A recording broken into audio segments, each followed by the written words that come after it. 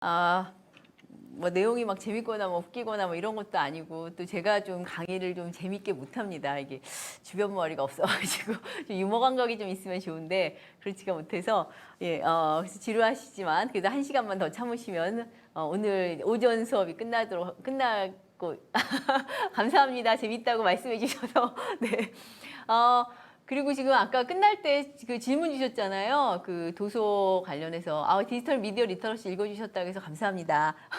제가 그 책이 사실은 제가 이제 방송학회 그 미디어 교육 특위위원장을 맡았을 때 제가 2년 동안 특위위원장 맡았었는데 그때 이제 그 미디어 교육 관련해서 전문가들 좀 모아갖고 한 8분 선생님이셨던 걸로 기억이 나는데요. 그 선생님들하고 같이 거의 1년 동안 거의 그 매달 모여가지고 저희가 어떻게 책을 내용을 쓸 것인가를 고민하면서 만든 책이에요. 그래서 저는 이제 1장을 썼었는데 제가 쓴 내용도 사실 공을 많이 들였고 다른 선생님들도 공을 많이 들여가지고 학생들한테 많이 권해주셨으면 좋겠습니다. 저희가 지금 그 책을 중고등학생들까지 읽을 수 있게 쉽게 쓰자 이거를 목표로 하고 썼는데 얼만큼 쉬울지는 모르겠지만은 어쨌든 저희는 나름대로 굉장히 쉽게 쓰면서 했던 책이라 그 책을 일단 학생들한테 많이 읽혀주셨으면 좋겠고요.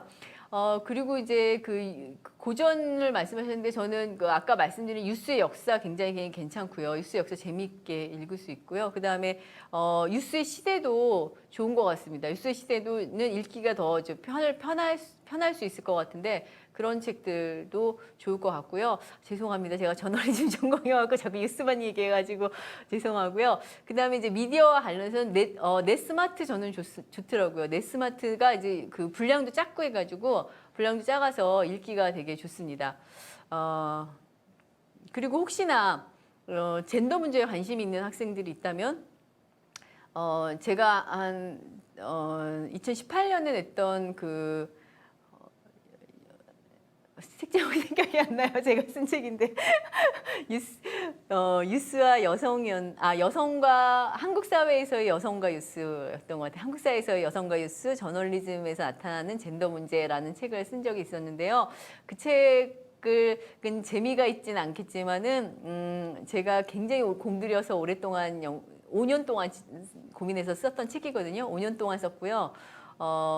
그리고 이제 방송학회에서 학술상도 받기도 했는데 그 책의 내용, 제가 그 내용을 꼭 말씀드리고 싶어서, 그러니까 젠더와 관련돼서 유스와 관련된 생산자로서의 젠더 문제와 그다음에 이제 소비자로서의 젠더 문제 그리고 컨텐츠 안에서의 젠더 문제를 다루고 있거든요. 그래서 혹시나 젠더에 관심이 있으신 분이라면 읽어보셔도 좋을 것 같다는 생각이 들었습니다.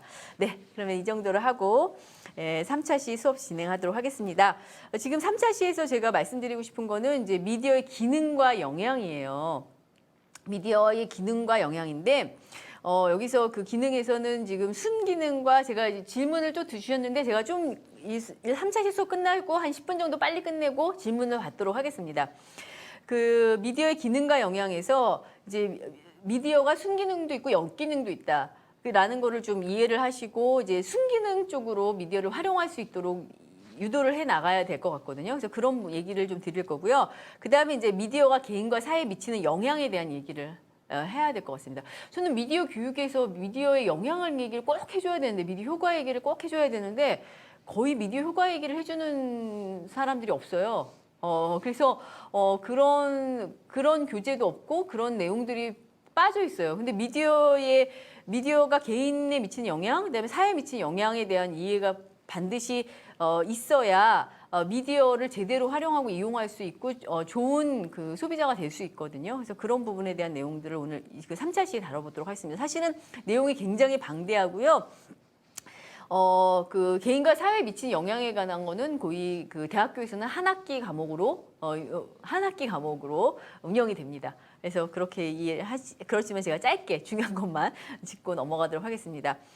먼저 이제 미디어의 그 순기능과 역기능에 관련해서는 지금 이제 그 밑에 제가 써놨는데 라스웰이 세 가지의 그 기능을 얘기했어요. 환경 감시 기능, 상관 조정 기능, 문화 전수 기능. 이게 1948년에 얘기했는데 그럼에도 불구하고 지금도 이 기능에 대한 얘기를 제일 많이 하기 때문에 요거를 설명을 드리려고 합니다.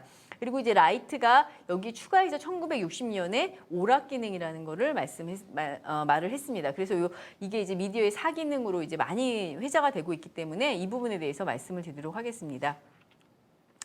예, 환경감시 기능은 뭐 잘 아시겠지만 이제 사회에서 일어나는 여러 가지 사건을 정리해서 전달해주는 기능을 얘기하거든요. 전달해주는 기능에서 사실은 요즘 이제 그 텔레비전 뉴스 거의 안 볼 것 같지만은 KBS 9시 뉴스가 시청률이 10%가 나와요. 10%, 9%에서 11% 사이를 왔다 갔다 하던데 그게 그 지금 닐슨에서 조사한 거에서 탑 10 안에 들어갑니다. 4위가 나와요. KBS 9시 뉴스가. 그게 그런 걸 봐서는 사람들이 이런 환경감시 기능의 측면에서 미디어를 참 많이 이용하고 있구나라는 걸 알 수 있습니다. 뉴스를 본다는 거잖아요. 뉴스를 보는 거고, 그게 이제 그런 시청률이라는 거는 그 시간에 보는 거지만, 시간에 TV로 보는 사람 말고 스마트폰에서 보는 사람들은 또 더 엄청나게 많을 거로 생각을 해보면 이 환경감시 기능이 미디어에서는 제일 중요한 기능이 아닐까 이런 생각을 해봤습니다. 그래서 뭐 날씨가 어떻다, 오늘 날씨 어떠냐 이런 거부터 시작해서 교통 상황, 차 막힌다 뭐 이런 얘기, 그다음에 재해, 요즘 이제 코로나19 때문에 특히나 이제 뉴스를 많이 보게 됐고 KBS 뉴스 시청률이 더 올라갔습니다. 그리고 이 우리나라에서 이제 언론 신뢰도 조사를 지금 이제 그 로이터에서 영국의 로이터 연구소에서요 매년 하고 있거든요. 여러 개 나라를. 그런데 그 나라 중 우리나라의 뉴스 신뢰도가 계속 바닥이었는데 지금도 물론 좋지는 않습니다만 코로나19 상황을 겪으면서 신뢰도가 좀 올라갔어요. 이런 걸 보면은 재난 시기에 텔레비전 뉴스에 대한 사람들의 기대가 굉장히 크다라는 걸 알 수가 있죠. 그래서 그런 면에서 환경감시 기능이 되게 중요하구나라는 것들을 우리가 이해해 볼 수 있겠습니다. 그러니까 사회에 닥친 위험을 알려주는 그런 것뿐만 아니라 우리 일상생활의 정보들 있잖아요. 이런 것들을 알려주는 것도 다 환경감시 기능입니다.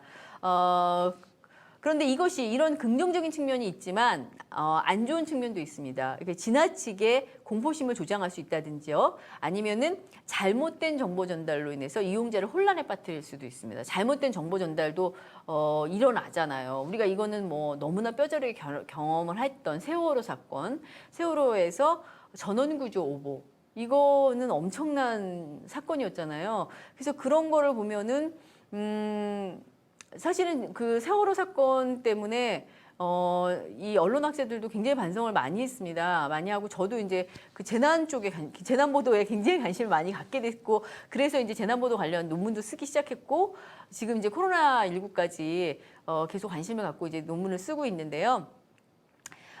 이런 것들이 이제 환경감시 기능입니다. 그래서 환경감시 기능이 잘 되면 사회에 닥친 위험도 알려주고 생활정보도 알려주고 좋은 긍정적인 역할이 있지만 환경감시 기능이 잘못되면 잘못된 정보를 전달했고 이용자들을 혼란에 빠뜨리고 생명을 앗아가기도 하고 그리고 또 공포심도 조장할 수 있다. 이런 부분에 대한 것들을 이제 말씀드리고 싶습니다. 그리고 저는 미디어라는 거가 이런 환경감시 기능 중에서 또 굉장히 중요한 것이 우리가 모르고 지나가는 사건들도 알려주잖아요. 그래서 예를 들어 지금 홍콩 시위라든지 아니면 미얀마 이런 것들을 보시면서 미얀마랑 이런 상황을 보시면서 아마 광주 민주화운동을 떠올리시는 분들도 계실 텐데요. 이 광주와 민주화운동을 다룬 영화 택시 운전사였나요? 제가 제목이 맨날 헷갈려가지고요. 근데 거기를 그 내용에 보면은 저는 가장 인상적이었던 부분이 그 대학생이 그 독일 기자가 어디 있는지 말하면 살 수 있는데 독일 기자가 어디 있는지 말하지 않고 기자한테 소리를 지르면서 뭐라고 얘기하냐면은 여기 상황을 꼭 보도해 주세요. 라고 죽습니다. 거기서 죽임을 당하는 거죠. 총을 쏘여서 죽입니다. 그 정도로 우리의 상황을 알리는 것이 자기의 목숨보다도 소중한 그런 시기를 우리는 겪었잖아요. 경험했잖아요. 근데 그런 것처럼 이 환경감시 기능은 그러니까 미디어의 환경감시 기능은 사람들의 목숨을 살릴 수도 있고 목숨을 뺏어갈 수도 있을 정도로 굉장히 중요한 기능이다. 라는 걸 말씀드리고 싶어요. 그래서 저는 그런 관점에서 요즘 언론을 신뢰하지 않고 언론이 막 뭐 기레기야 막 이런 말씀들을 많이 하시지만 사실은 그거는 나쁜 언론을 보고 있기 때문에 그렇습니다. 좋은 언론도 굉장히 많아요. 그러니까 예를 들어서 이달의 기자상 심사해 보잖아요. 엄청나게 좋은 기사들이 많아요. 근데 그런 이달의 기자상이나 뭐 이달의 방송 기자상이나 이런 거 받는 기사를 얼마나 읽냐 사람들이. 안 읽는 거예요. 그렇게 좋은 기사들은 읽지 않고 정말 쓰레기 같은 기사들을 읽으니까 기자들이 다 기레기고 언론이 쓸 데가 없고 신뢰를 못하고 이렇게 얘기가 되는 겁니다. 근데 언론이 없으면 좋은 언론이 없으면 민주주의도 없고 진짜 좋은 언론이 없으면 우리 사회가 정말 엉망진창이 될 거예요. 언론이 가지고 있는 정말 역할이 굉장히 크거든요. 그 좋은 언론을 우리가 지켜나가고 좋은 언론을 만들어 나가는데 우리가 함께 해야 되는 이유가 여기에 있다고 생각합니다. 그래서 환경감시 기능 중요하고요. 저는 좋은 언론 많이 이용해 주셨으면 좋겠습니다. 예, 그리고 상관조정 기능이 두 번째인데요. 상관조정 기능은 아까 사회에서 일어난 변화를 설명해 주는 거예요. 그래서 변화를 설명해 주면서 어떤 갈등이 생기면 이 갈등의 원인은 무엇이고 그다음에 그 갈등의 주체인 사람들이 왜 그렇게 생각하는지 입장 차이를 보여주고 또는 여론을 좀 이렇게 갈등을 해소할 수 있게끔 사회적 합의를 도출해 주고 이런 점에서 굉장히 긍정적인 거죠. 이제 그런 점에서 굉장히 긍정적인 부분이 있고요. 그리고 사회적 합의를 도출해주는 그런 역할을 잘해주면은 그런 언론들이 있으면 그때는 그 나라는 굉장히 민주주의도 굉장히 잘 이루어질 수 있는 그런 나라인 거죠. 그런데 단점은 여기 이 상관조정 기능을 잘 못하는 겁니다. 사회 수능적인 시각으로 사회 변화를 저해할 수 있는 그런 문제들도 있고요. 그 다음에 이걸 잘못하고 갈등을 더 조장하기도 해요. 그게 지금 우리 나라에서 안 좋은 언론들이 벌이고 있는 거죠. 갈등을 막 더 조작을 하는 거죠. 남녀 갈등을 더 조장을 하고, 아니면 뭐 우리가 사실 뭐 이렇게 우리가 이념지향적인 국민들이 아닌데. 이렇게 진보와 보수로 나눠져서 싸우게 된 것들이 그것도 사실 언론에서 너무 진보와 보수 막 이렇게 그렇지만 여기 우리나라 사람들 대부분은 진보도 보수도 아닌 중도적인 성향이 있는 사람들이 훨씬 더 많을 거거든요. 근데 막 진보와 보수는 이렇게 생각하고 진보는 이렇게 생각하고 막 그런 걸 갈등을 막 조장을 시키는 우리가 상관 조정 기능이 잘못되면 그런 역할을 할 수 있겠다는 거죠. 이게 잘 되면 좋은 정말 민주주의 기로 나아갈 수 있는 사회적 합의를 이끌어내는 좋은 미디어가 될 수 있는 거고요. 그래서 이 양면을 다 갖고 있다라고 말씀드릴 수 있고요. 그다음에 이제 문화 전수 기능은 이제 사회의 다양한 문화나 정보 이런 것들 또 가치나 규범 이런 것을 다음 세대로 전달하는 기능이 있습니다. 그래서 어린이 프로그램이 그런 역할을 굉장히 많이 하고요. 그리고 전통 문화를 소개해 줌으로써 우리가 이런 문화를 가지고 있구나, 우리가 이런 역사를 가지고 있었구나 이런 것들도 알게 되고 그다음에 이게 뭐 전통이라고 해서 역사나 이런 것뿐만 아니라 어른을 보면 인사를 해야 돼. 뭐 이런 것들 같은 어떤 사회 역할을 시킵니다. 이게 잘 되면 공통의 가치나 규범을 공유해가지고 구성원들이 서로 잘 어울려서 살아갈 수 있게 하고 그것을 사회화를 시키는 그런 긍정적 역할이 있는데 이게 잘못되면 굉장히 부정적인 역할이 있습니다. 그게 뭐냐?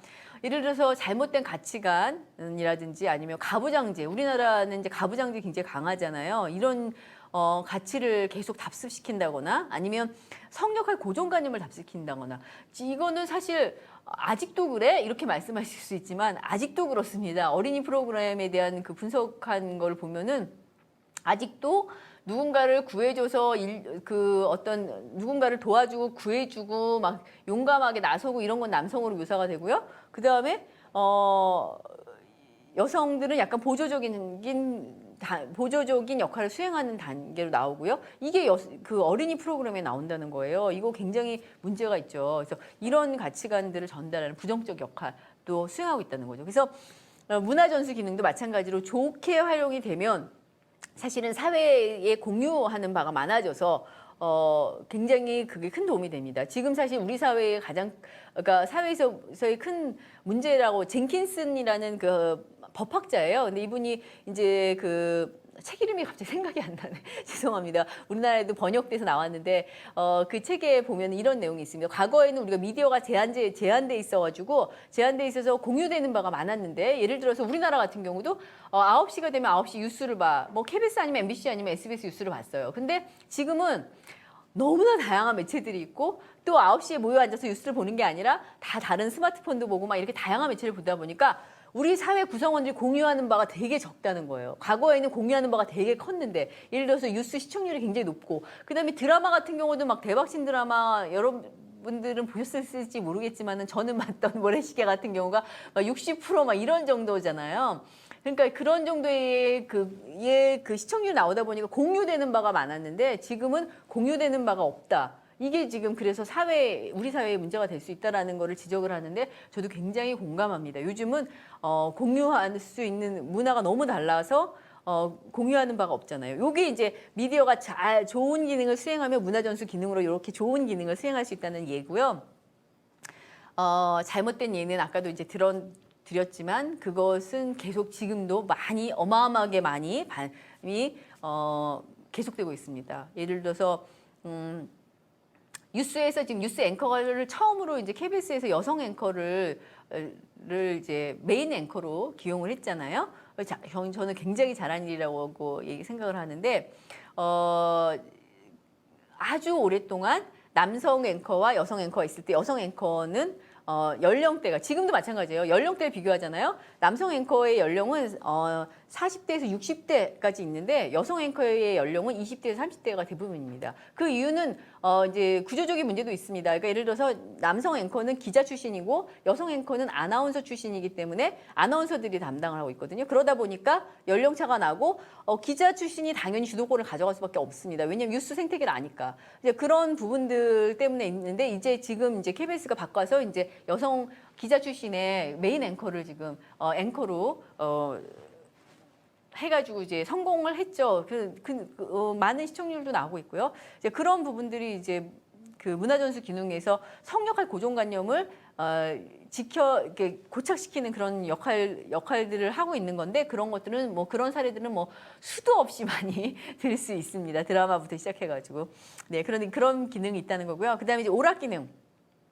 오락 기능은 이제 뭐 다 아시겠지만 휴식과 오락을 할 수 있다는 거잖아요. 그래서 볼거리, 읽을거리를 제공하고 뭐 드라마, 뭐 예능 프로그램, 영화, 웹툰, 게임 뭐 이런 걸 통해서 편안한 휴식을 제공하고 이런 속에서 이제 생활의 긴장을 풀기도 하고 그런 점에서 그리고 또 고급 문화를 저렴한 비용으로 향유할 수 있게 해주고 그러니까 예를 들어서 뭐 오페라라든지 뭐 굉장히 유명한 세계적인 무용단 공연도 우리가 보여주잖아요. 이런 것들은 긍정적 역할이죠. 그런데 이제 부정적 역할은 선정적이고 폭력적인 문화를 확산하는 거, 그 다음에 이제 사회 문제에 무관심을 하게 만들어가지고 민주주의를 저해한다는 그런 잘못된 기능도 있습니다. 그런 점에서 오락 기능도 긍정적인 측면이 분명히 있습니다. 분명히 있는데 그것이 잘못 활용되면 선정적이고 폭력적인 문화를 확산시키고 뭐 혐오 표현 같은 것도 확산시키고 그다음에 이제 사회 문제를 에 대한 무관심을 초래할 수 있다라는 그런 면이 있습니다. 그래서 미디어는 누가 어떻게 만들고 이용하느냐에 따라서 긍정적이고 부정적으로 작용할 수 있다. 그런 점에서 이용자, 생산자, 유통자, 정책 기반자, 광고주 이런 사람들이 다 제 역할을 잘 해줘야 된다라는 거를 좀 강조하고 싶습니다. 네. 그래서 여기서의 탐구 활동은 이제 그 기능별로 한번 역할을 찾아보자라는 거 하고 이제 포털에 댓글이 이제 좋은 기능과 나쁜 기능이 다 있거든요. 그래서 이제 포털에서 연예뉴스 댓글은 폐지를 했잖아요. 그런데 연예뉴스 댓글은 폐지됐는데 다른 것도 댓글을 좀 폐지해야 되지 않느냐 이런 얘기들도 있는데 이런 사례들을 보면서 한번 미디어 생산자나 유통자나 이용자가 어떤 역할을 할 수 있을지 생각해 보자라는 겁니다. 저는 미디어 유통자들이 이런 거 해줬으면 좋겠어요. 미디어 유통자라는 건 아까 말씀드린 포털 이런 데 건데요. 댓글을 쓸 때 거기 댓글에 혐오 표현 같은 것이 들어가면 그 혐오 표현이 이게 혐오 표현인지 모르고 쓴 사람들이 많거든요.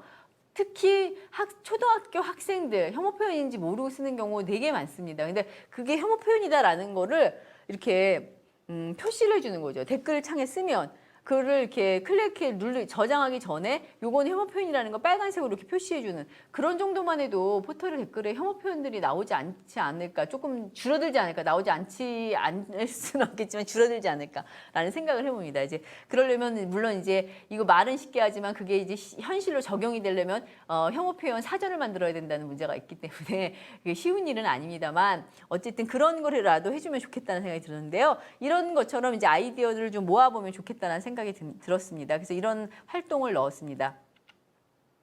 예, 이제 두 번째로 이제 미디어 개인과 사회에 대한 영향 이 부분을 말씀드리겠습니다. 이게 바로 이제 미디어 효과 연구에 대한 거예요.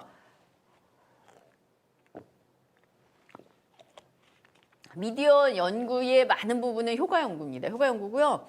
미디어 학문이 발전하는 거는 효과 연구에서 나왔어요. 왜 나왔냐? 광고주들이 사람들의 태도를 바꾸려면 어떻게 해야 돼? 어떻게 미디어에서 메시지를 주는 게 효과적이야? 이런 것 때문에 나오기 시작한 게, 이 연구가 시작된 게 효과 연구예요.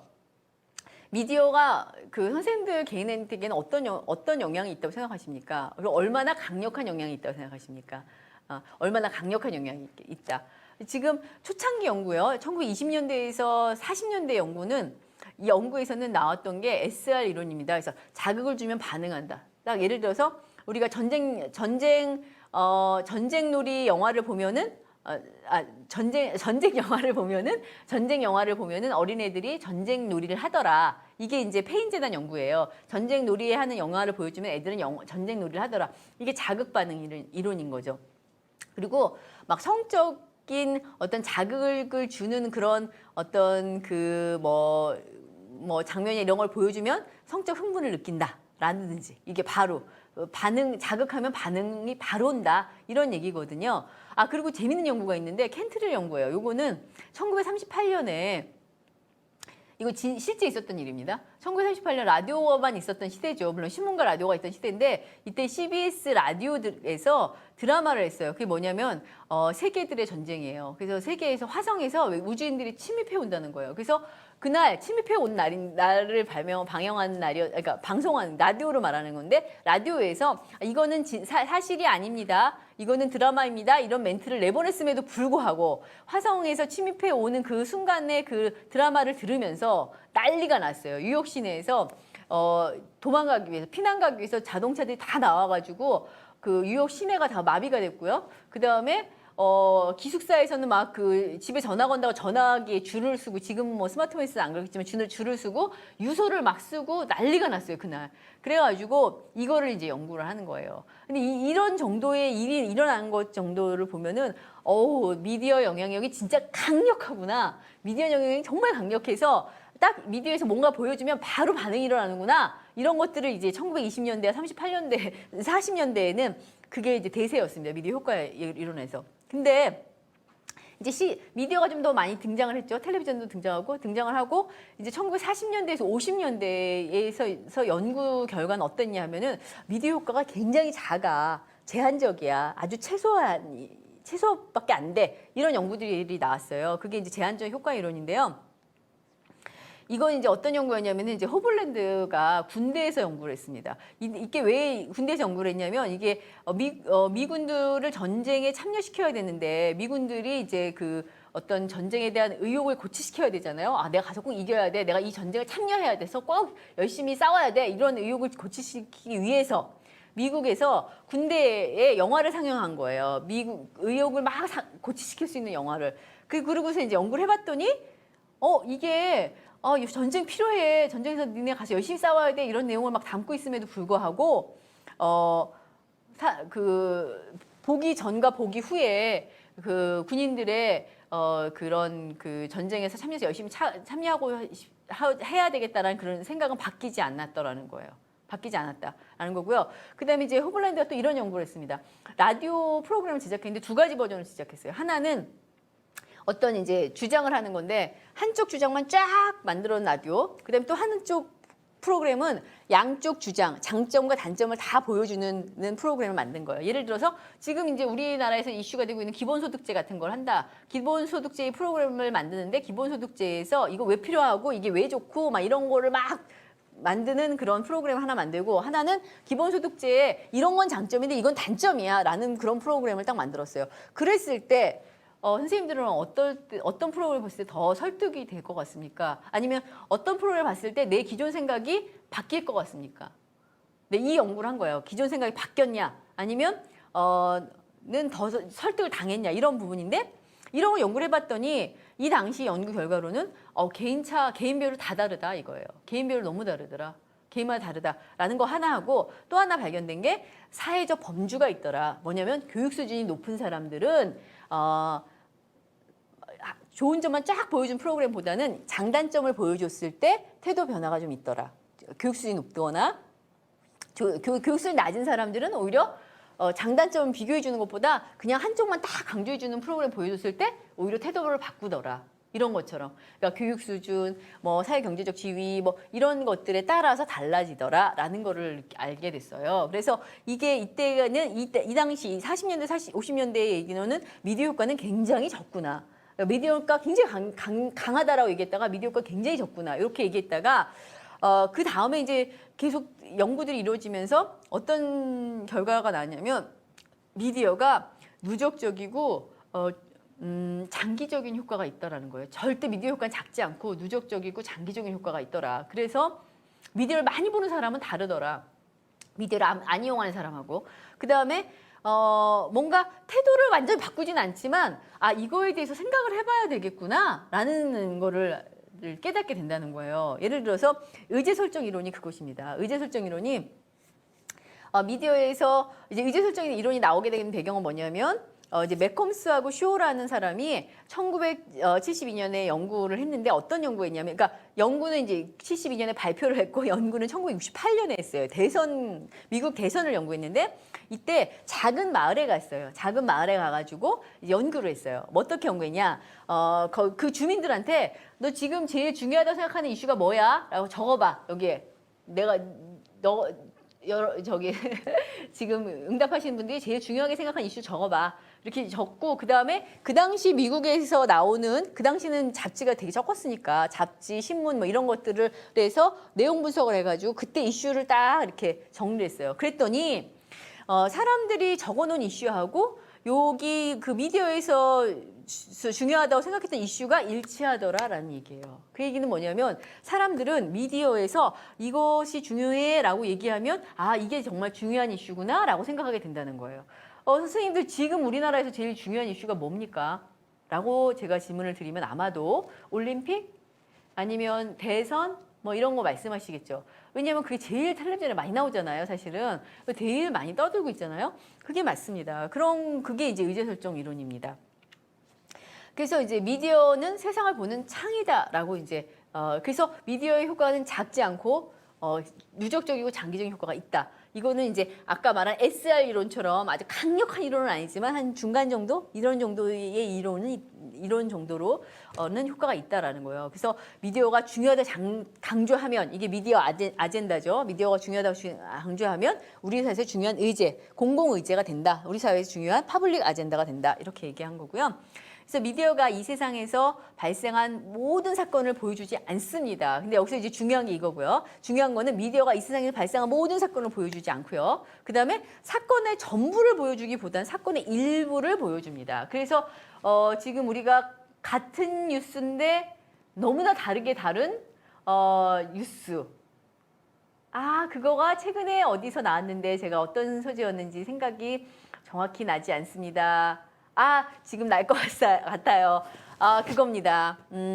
요즘 수산물업자, 가짜 수산물업자한테 이제 그 돈을 받은 정치인들, 언론인들 이런 보도가 있잖아요. 근데 그 중에 모 일간지의 기자 출신이 있잖아요. 근데 그 모 일간지 기자 출신을 다룬 뉴스가 모 일간지가 다룬 거랑 그 다른 일간지들이 다른 뉴스가 다르다. 이런 얘기가 나왔습니다. 그러니까 뭐냐면 그 사건은 같은 사건이죠. 모 일간지의 그 기자가 수산업자한테 돈을 받았냐 안 받았냐 이런 그 사건은 당연 같은 사건이고 현재 밝혀진 것도 다 같이 있지만 그 사건의 일부만을 보여주는 겁니다. 그러니까 A라는 신문사는 요거를 보여준다면 다른 신문사는 이 부분을 보여주는 거죠. 그래서 완전히 다른 사건처럼 보여지게 된다는 거죠. 그래서 우리가 미디어에서 강조한 사건만 주목을 하면은 미디어에서 보여준 관점 주목하면은 잘못된 판단을 내릴 수가 있고 또 미디어에서 보여준 관점만 그대로 받아들인다면 또 잘못된 판단을 할 수가 있습니다. 그래서 다양한 미디어를 봐야 되는 거죠. 다양한 미디어를 보고 거기서 판단을 해볼 수 있는 거, 판단을 할 수 있어야 되겠죠. 미디어의 특성을 보고. 근데 저기서 제가 이거 꼭 한 가지 강조하고 싶은 게 있는데 그게 뭐냐면 미디어 교육을 할 때 일부 선생님들은 잘못 생각하시는 부분이 있는데 그게 뭐냐면 나의 관점을 가지고 미디어를 바라봐라. 나의 고정된 관점을 가지고. 이런 나의 관점을 보고 미디어를 평가라고 얘기하는데 그거는 아닙니다. 미디어 교육에서 핵심은 자기에 대한 성찰도 다 포함이 되어 있거든요. 나의 생각도 성찰을 하면서 미디어를 비판적으로 이해하는 겁니다. 그래서 내가 내 생각이 잘못되지 않았나? 라는 거를 늘 의심하면서 내 생각도 잘못될 수 있다라는 관점을 갖고 미디어를 비판적으로 이해하는 거라는 걸. 나에 대한 성찰적 사고, 이게 비판적 사고의 기본 아니겠습니까? 그래서 그런 부분들을 꼭 인지하시고 교육을 하시는 게 중요할 것 같아요. 왜냐하면 학생들한테 너가 너의 가치관을 뚜렷하게 세우고 네 가치관에 따라서 미디어를 평가해 이렇게 얘기하면 잘못된 가치관을 가지고 있는 애는 계속 잘못된 가치관을 가지고 미디어를 평가하게 되는 겁니다. 예를 들어 성역할 고정관념을 가진 애가 미디어를 평가할 때 요번에 안산 금메달 딴 거에 대해서 머리를 짧게 잘라가지고 제 금메달 반납해야 돼. 이건데 성역할 고정관념을 가진 사람들이 그거를 그대로 받아들인다면 맞는 말이네. 라고 받아들일 수가 있는 거죠. 자기의 고정된 관념. 근데 내 관념이 내 생각이 뭐가 잘못됐는지에 대한 끊임없는 성찰적 과정을 통해서 미디어를 비판적으로 이해해야 된다. 나는 항상 옳고 미디어는 틀리다. 이거 아닙니다. 나는 항상 옳고 미디어는 틀리다가 아니라 나도 잘못될 수 있고 미디어도 잘못될 수 있다. 이런 관점으로 미디어 교육은 이루어져야 된다라는 거를 꼭 잊지 않아 주셨으면 합니다. 자, 그다음에 이제 미디어가 이제 문제가 되는 게 뭐냐면 이제 고정관념을 재생산한다는 거예요. 사회에 형성된 특정 집단에 대한 고정관념을 미디어가 계속 반복해서 재현을 해주는 겁니다. 그러니까 예를 들어서 남녀의 역할도 당연히 그렇고요. 우리가 이주민 하면은 누가 떠오르세요? 아마 이주민 하면은 다문화 가정의 여성 이주 결혼 이주 여성이나 아니면 이주 노동자들 떠올릴 거예요. 동남아에서 온 이주 노동자들을 떠올릴 거예요. 그래서 동남아에서 온 이주 노동자들이 왜 떠오를까요? 많이 나오니까. 그리고 베트남에서 온 결혼 이주 여성이 왜 떠올릴까요? 우리가 많이 텔레비전이라든지 다른 미디어에서 보니까 그렇게 떠오르는 거죠. 근데 사실 우리나라에서 이주 여성 중에 제일 많은 나라는 어느 나라인지 아세요? 다 아실 것 같긴 해요. 중국입니다. 중국이 제일 많고 중국 사람들이 이주 여성으로 제일 많이 오는데 우리가 중국인들을 떠오르지 않고 베트남이라든지 말레이시아라든지 이런 사람들, 그러니까 얼굴이 약간 저희보다는 약간 더 누런 그 색깔이 다른 그런 사람들 떠오르는 이유는 미디어에서 자꾸 그런 사람들 보여주기 때문인데요. 미디어에서는 왜 그런 사람들을 보여줄까요? 중국 사람들은 저희랑 너무 비슷하게 생겨가지고 그 화면으로 처리했을 때 이주 여성이라든지 이주 노동자라는 이미지를 안 주기 때문이에요. 그래서 이제 그 사람들을 보여주는 거거든요. 그래서 그런 미디어의 특성을 우리가 좀 이해를 하고 이제 이런 걸 봐야 된다는 거고요. 그러고 또 이주 노동자 하면은 되게 어떤 이미지냐? 가난하거나 아니면 그 가난하고 그다음에 좀 그러니까 어떨 땐 범죄자 이미지? 막 이런 이미지를 갖기도 해요. 왜냐하면 그걸 뉴스에 나오는 이주민을 제가 분석해 본 적이 있어요. 뉴스에 나오는 이주민을 분석해 보면 되게 재밌는 거는 결혼 이주 여성보다 이주 노동자를 되게 부정적으로 그립니다. 그러니까 결혼 이주 여성은 우리 사회에 들어와서 그래도 가정을 이루고 우리의 후손을 생산하는 그런 사람들이기 때문에 좀 더 그 긍정적인 이미지가 더 많고요. 이주 노동자는 되게 부정적인 이미지가 더 많아요. 이런 것도 굉장히 편견인 거죠. 편견이고 이 결혼 이주 여성 하면은 굉장히 마치 무슨 중매를 통해서 결혼한 분들만 우리가 상상을 하게 되는데 왜냐하면 그런 부분들이 뉴스에 너무 많이 나오고 미디어에서 그렇게 많이 몰수하니까. 그런데 제가 이제 결혼 이주 여성에 대한 연구를 좀 했었거든요. 근데 제가 직접 가서 만나보면 그렇지 않은 분들도 많아요. 연애해가지고 오신 분들도 있고. 근데 막 그런 연예에서 왔는데 막 그렇게 텔레비전에서 그렇게만 비춰주니까 그것도 또 굉장히 기분이 안 좋다 이렇게 생각하시는 분들도 많고요. 그러니까 되게 다양한 결혼 이주 여성들이 있는데, 그러니까 굉장히 다양한 이 결혼 이주 여성들이 있는데 우리가 생각하는 결혼 이주 여성은 딱 어떤 고정관념이 딱 가지고 있습니다. 왜냐하면 텔레비전에서 봤던 어떤 누구를 알고 있기 때문에. 그래서 그런 부분들이 문제인데 그거를 미디어가 계속 반복해서 재현해 주는 거죠. 계속 반복해서 재현해 주다 보니까 고정관념이 재생산되고 강화되는 그런 효과가 있다는 거죠. 그래서 그런 게 굉장히 큰 문제고요. 특히나 미디어를 많이 보는 사람들이 세상에 대한 특별한 이미지를 갖게 됩니다. 이 연구는 아주 유명한 건데 이제 거브너가 얘기한 문화 개발 효과, 배양 분석이라고도 얘기하고 이제 우리나라는 문화 개발 효과로 많이 번역을 했어요. 이제 컬티베이션 어널리시스라고 되어 있는데 이게 이제 배양한다는 거예요. 배양, 점점 더 크게 만든다는 거예요. 예를 들어서 텔레비전을 많이 보는 사람들은 우리나라에 조폭이 굉장히 많다고 생각할걸요. 이 연구는 그런 연구입니다. 조폭이 되게 많다고 생각하고 아니면 의사가 되게 많다고 생각하고 의사, 경찰, 이제 거브너가 한 연구는 의사나 경찰이나 본부장, 우리나라는 본부장이 많이 나오잖아요. 남자들 본부장 같은 그런 기업의 어떤 재벌이라고 하면 얼마나 있을까? 이걸 따져보면은 그게 텔레비전을 많이 본 사람은 그걸 굉장히 높게 얘기한다는 거예요. 왜냐하면 텔레비전에 그런 사람들이 너무 많이 나오니까 변호사 뭐 이런 사람들 많이 나오니까. 근데 실제보다 되게 많게 얘기하고 그러고 또 이제 이 폭력적인 것도 마찬가지입니다. 그러니까 폭력적인 것도 우리가 너무 그러니까 우리가 조폭을 다루는 영화나 드라마가 굉장히 주의를 해야 되는데 그 이유는 조폭들을 굉장히 긍정적으로 다뤄요. 의리가 있고 그 다음에 뭔가 그 정의로운 사람처럼. 근데 사실 조폭이 어떻게 정의롭습니까? 사람 때리고 뺏어가고 막 이런 사람들인데 거기에 굉장히 인간적인 면을 집어넣으면서 긍정적으로 묘사하는 거죠. 그래서 폭력을 나쁘게 생각하지 않을 수 있는 그런 이미지를 생산해내는 거죠. 그래서 그런 부분들 때문에 이 문화개발 효과 이론, 배양 분석에서 나온 이론들은 지금도 굉장히 많이 접목될 수 있는 그런 이론들입니다. 그래서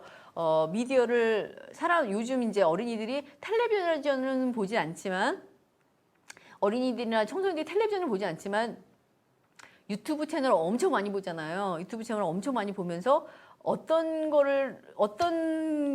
그 장면들을 계속해서 접할 때, 특히 게임에서 계속 폭력적인 거를 계속 접할 때, 그럴 때 그거에 대한 게임에 대해서 굉장히 폭력에 대해서 굉장히 무감각해질 수 있는 거죠. 그런 이미지가 계속 생산해낼 수 있는 거죠. 그렇다고 게임이 나쁘다는 건 아닙니다. 좋은 게임들도 또 좋은 면에서의 게임들도 많이 있으니까 게임 하지 말라라고 이렇게 하는 건 아닌데 어쨌든 그런 점들이 있다라는 거를 이해를 해주시면 좋겠고요. 그다음에 이제 정보 과부하하고 이제 선택의 어려움 얘기를 좀 하고 싶습니다. 이게 지금 아까 제가 그 한강 그 대학생 그 사건에서도 말씀드린 것처럼 지금 굉장히 거짓 정보가 많고 왜곡된 관점을 전달하는 아주 왜곡된 관점을 꾸준히 전달하는 파워도 세요. 그런 사람들이 영향력도 센 그런 사람들이 많이 존재합니다. 그런데 이런 세상에서 우리가 잘못된 선택으로 자꾸 거짓 정보에 노출이 되면은 우리는 거짓 세상을 진짜 세상이라고 믿게 된다는 거죠. 그래서 이런 부분 때문에 우리가 좋은 정보, 좋은 뉴스, 좋은 오락 콘텐츠를 볼 수 있는 그런 노력이 필요한 겁니다. 그러니까 왜 저는 TVN에서 그 캐치프레이즈 굉장히 잘 만들었다고 생각하는데 의미와 재미가 있는 TVN 이렇게 얘기하잖아요. 의미가 있으면서 재미가 있는. 그러니까 저는 이제 저희 학생들한테 늘 그렇게 얘기하거든요. 저희 이제 콘텐츠 제작을 해야 되니까 의미가 있는데 의미만 있으면 안 되고 재미도 있어야 되고 재미만 있으면 안 되고 재미에 의미가 들어가야 되고 이거를 다 갖춰진 어떤 그런 콘텐츠들을 많이 만들고 많이 이용해야 되거든요.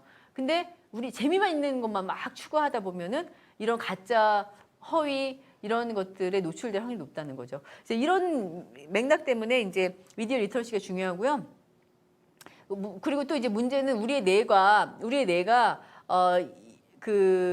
정보가 막 가부화되는데 그 정보를 우리가 다 소화할 수가 없잖아요. 그래서 자동 처리를 합니다. 자동 처리.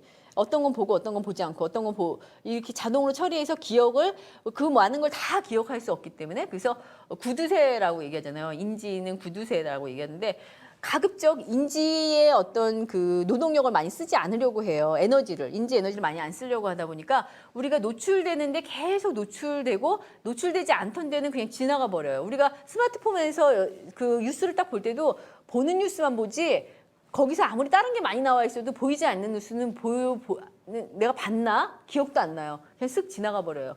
뇌가 그렇게 작동을 한다는 겁니다. 이 뇌가 스스로 자동으로 걸러내는 작업들을 하고 있다는 거죠. 그렇기 때문에 우리가 깨어 있어야 되고 항상 내가 이거 왜 봐야 되지? 라는 의문을 가지고 그 미디어를 이용해야 된다는 거죠. 그게 이제 미디어 리터러시에서 굉장히 강조해야 될 부분인 거고요. 미디어 리터러시 중요한 이유가 이제 거기에 있는 거고요. 그래서 미디어 리터러시라는 거는 이제 미디어 리터러시는 우리가 리터러시라는 말 때문에 되게 역량으로 이제 역량이잖아요. 그래서 역량으로 능력으로 생각을 해요. 근데 보면은 미디어 리터러시는 능력의 구성 요소를 가지고 있긴 하지만 하나의 관점이라고 미디어를 바라보는 관점 이렇게 좀 미디어 리터러시를 이해해야 되지 않을까 생각이 들어요.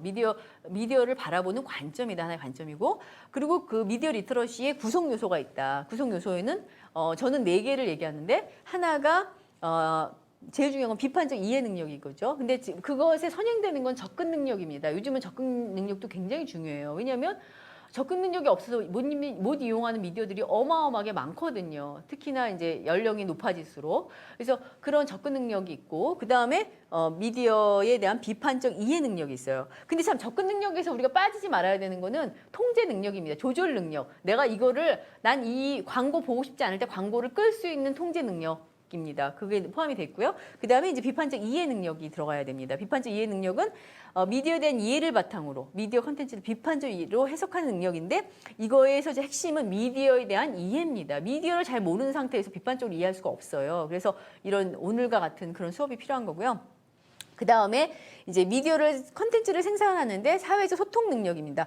창의적으로 생산을 하되 그 영향에 대한 책임을 질 수 있어야 됩니다. 그러니까 책임을 질 수 있고, 그리고 또 하나가 마지막으로는 자기의 권리를 보호할 수 있는 능력입니다. 자기의 권리를 보호하고, 타인의 권리를 보호해 줄 수 있는 능력, 책임, 타인에 대한 권리를 보호해 줄 수 있는 책임, 그 다음에 자기의 권리를 보호할 수 있는 능력, 나를 노출시키지 않고 나를 보호할 수 있는 능력. 이거 저는 그러니까 이런 부분들도 굉장히 중요한 건데 거의 잘 다루고 있지 않아요. 자기 정보 보호 부분이 우리가 스스로 노출하는 정보들이 엄청 많잖아요. 예, 그런 부분들입니다. 예, 소셜 미디어 부분을 아마 강의하시는 선생님께서 좀 더 이런 부분들에 대한 얘기를 많이 해주실 것 같습니다. 자기 정보 보호하고 그다음에 타인의 권리를 지켜줄 수 있는 부분들에 대한 얘기를 이 정도로 이제 마치고요.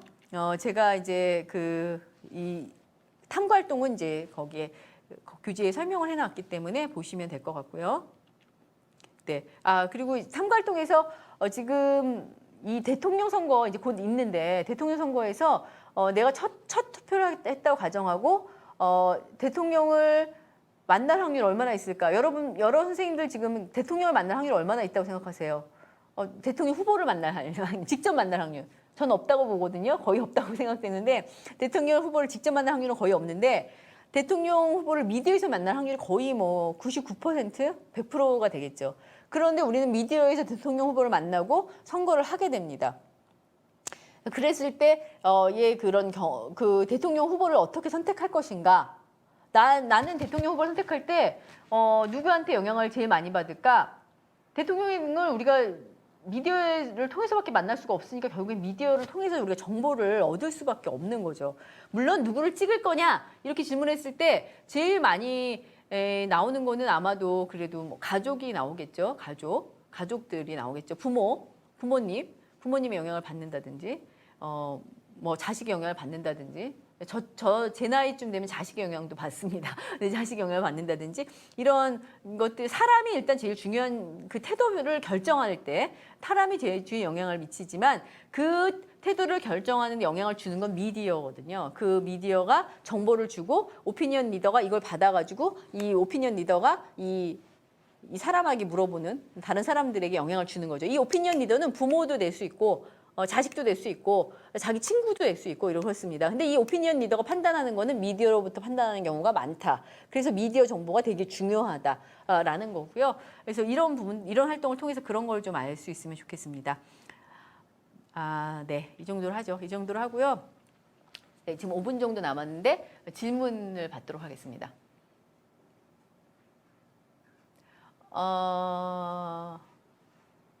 네, 지금 아주 좋은 말씀 해주셨네요. 뉴스리터시 수업은 학생들의 코끼리 전체를 보여주고 그 다음에 코끼리를 보고 토론할 수 있는 수업이며 수업으로 최적이며 같은 기사 다른 신문에서 찾아보기 수업을 하고 있습니다. 네, 되게 좋으신 말씀인 것 같아요. 저는 이렇게 그림 하나 딱 보여주고 그림에 아주 유명한 화가의 명화를 하나 보여주고 그 명화 중에 일부분을 보여주고 이게 누구의 무슨 작품인 것 같냐라고 설명을 하면은 대답을 대부분 못하죠. 다 아는, 예를 들어 모나리자 다 알죠. 근데 모나리자 다 아는데 일부만 보여주면 이게 모나리자인지 모르거든요. 근데 그런 것처럼 뉴스가 그런 것 같아요. 전체를 보여주는 게 아니라 일부만 보여주는데 우리는 그게 전체라고 생각하게 되는 거죠. 그런 부분들 있었던 것 같습니다. 예, 지금 네, 이번 올림픽 국가별 이미지 참사는 이러한 고정관념 재현의 문제였을까요? 라고 말씀하시는데, 네, 그런 문제들이 좀 많이 작용을 했다라고 보여지고요. 미디어 생산하는 이미지에 대한 말씀, 네, 공감하신다고, 예, 미디어에서. 네, 미디어 수업 시 가장 고려해야 되는 부분은 무엇일까요? 저는 지금 계속 말씀드렸는데요. 미디어에 대한 이해를 기반으로 이제 출발해야 될 것 같아요. 미디어가 무엇인가라는 것에 대한 생각을 통해서 출발해야 되고, 근데 미디어에 대한 게 무엇이냐? 저는 학생들한테 제일 먼저 미디어가 무엇이라고 생각하냐고 물어봅니다. 그러니까 이제 그림 같은 걸 보여주고 미디어가 무엇이냐? 그러면 이제 학생들마다 가지고 있는 미디어에 대한 생각이 다르겠죠. 그러면은 일단 이제 학생들이 가지고 있는 미디어에 대한 생각을 알고, 그 다음에 내가 그 미디어가 진짜 무엇인지에 대한 생각을 제가 이제 전달해 주면서 서로 이제 의견을 좁혀 나가는 그런 과정을 거치거든요. 예, 그런 식으로 진행을 하시면 어떨까? 미디어 수업에서 고려해야 되는 거는. 예, 그리고 또 미디어를 저는 그거를 좀 제일 강조해 주셨으면 좋겠어요. 좋은 미디어를 이용해라 라는 점. 그리고 좋은 미디어는 좋은 이용자로부터 나온다.